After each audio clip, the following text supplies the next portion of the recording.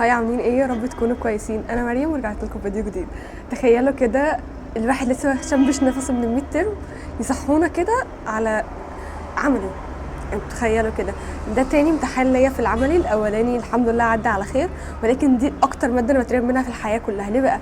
بحس ان ايا ما ذاكرتها انا بحس ان انا مش قادره ابدا في المساله، مش عارفه ليه.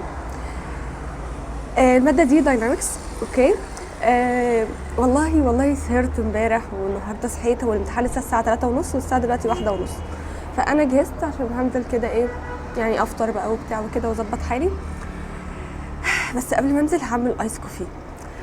ف مش عارفه ليه والله بجد بيعملوا كده في الواحد. يعني هل احنا مش بني ادمين؟ هل ملناش اهل يسالوا علينا مثلا ولا ايه؟ يعني حد يفهمنا.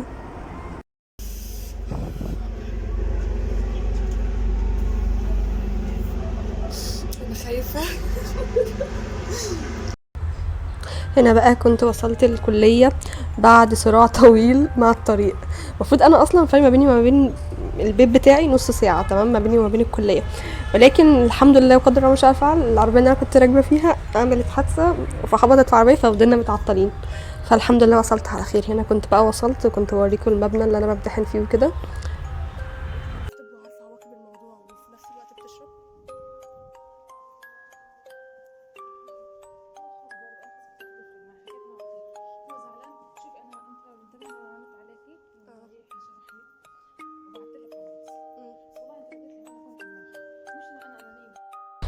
هنا كنت بقى مروحة وكنت عايزة اوريكم ملامح الانشكاح عليا، وبس انا بس عشان مركزة في الطريق وكده.